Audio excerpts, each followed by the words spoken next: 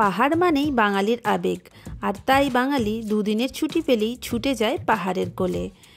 আর বাঙালির কাছে পাহাড় বলতে প্রথমেই যেটি মনে পড়ে সেটি হলো নর্থ বেঙ্গল। তাই আমাদের কাছে উইকেন্ড মানেই পাহাড়ের বিভিন্ন জায়গায় ঘুরে বেড়ানো।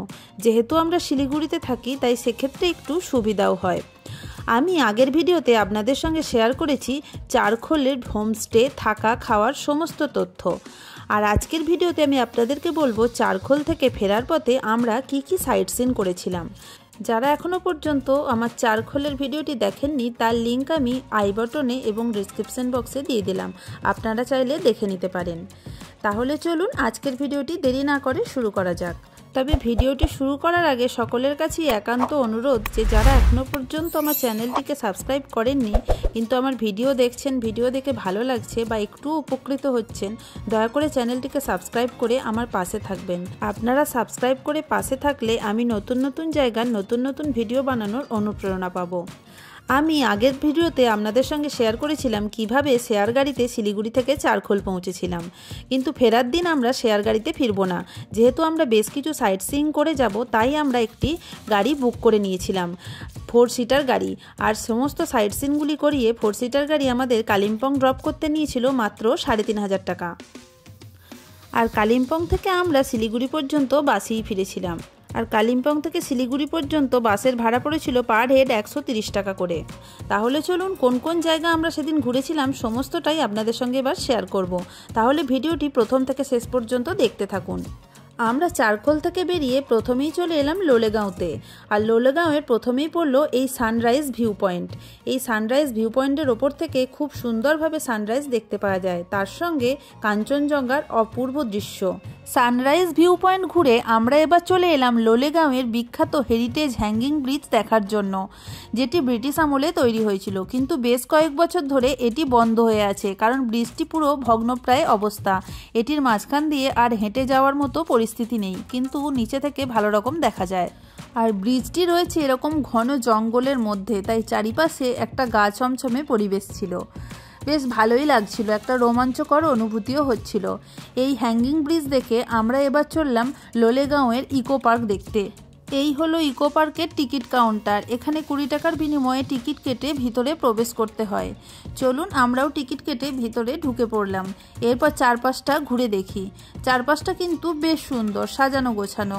সামনেই রয়েছে একটা সুন্দর বৌদ্ধ স্ট্যাচু। তারপরেই দেখতে পাচ্ছেন এখানে আই লাভ লোলেগাঁও লেখা রয়েছে। এখানে সুন্দর বসার জায়গাও করা আছে, আপনারা চাইলে বেশ কিছু সময় এখানে বসে কাটাতে পারেন। এই আই লাভ লোলেগাঁও লেখার সামনে আমরাও বেশ কিছু ছবি টবি তুলে নিলাম। এরপর পার্কের ভিতরটা ভালো করে ঘুরে দেখলাম।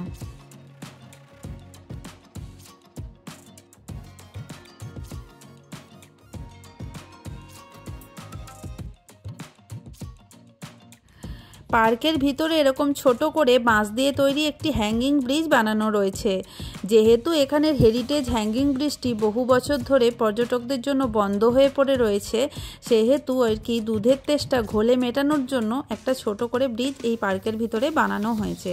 তো ব্রিজটার ওপর দিয়ে হেঁটে যাওয়া যায় ঠিকই, কিন্তু হেঁটে যেতে একটু ভয়ই লাগছিল, খুব একটা শক্ত সমর্থ লাগছিল না। এই যে দেখতে পাচ্ছেন ব্রিজটা ছোট করে বানানো রয়েছে এখানে।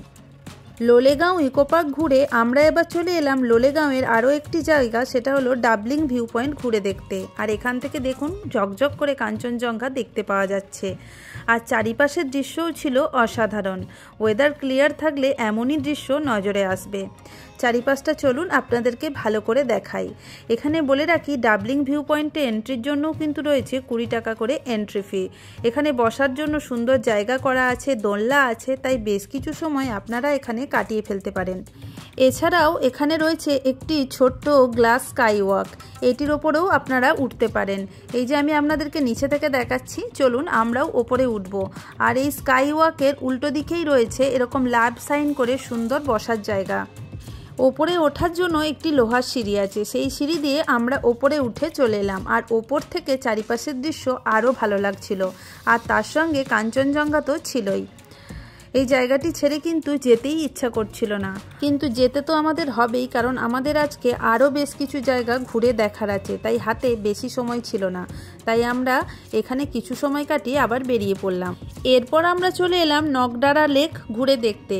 নগডারা লেকে এন্ট্রির জন্যও কিন্তু 20 টাকা করে এন্ট্রি ফি, তার সঙ্গে গাড়ির পার্কিংয়ের জন্য এক্সট্রা টাকা লাগে। এরপরে আপনারা এর ভিতরে ঢুকে বোটিং করতে পারেন, বোটিংয়ের জন্য এক্সট্রা কস্ট আছে। আমরাও কিন্তু বোটিং করেছিলাম। বোটিং করার জন্য পার হেড 70 টাকা করে নিয়েছিল। লেকটি কিন্তু বেশ সুন্দর। আর এই যে দেখতে পাচ্ছেন এখানে কিন্তু বহু রং বেরঙের মাছ রয়েছে। মুড়ি দেওয়ার সাথে সাথে দেখুন মাছগুলি কীরকম ভিড় করছে খাবার জন্য। এক নিমেষের মধ্যে কিন্তু সমস্ত মুড়ি খেয়ে ওরা শেষ করে দিচ্ছে। দেখুন বেশ সুন্দর দেখতে লাগছিল।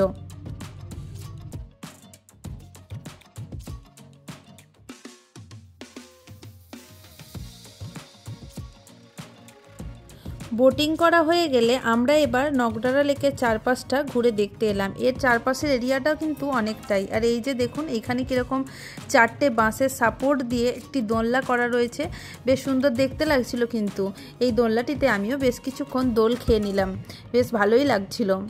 যাই হোক, বেশ কিছু সময় কিন্তু এখানেও কেটে গেল বোটিং করা, চারপাশটা ঘোরা সব কিছু মিলিয়ে।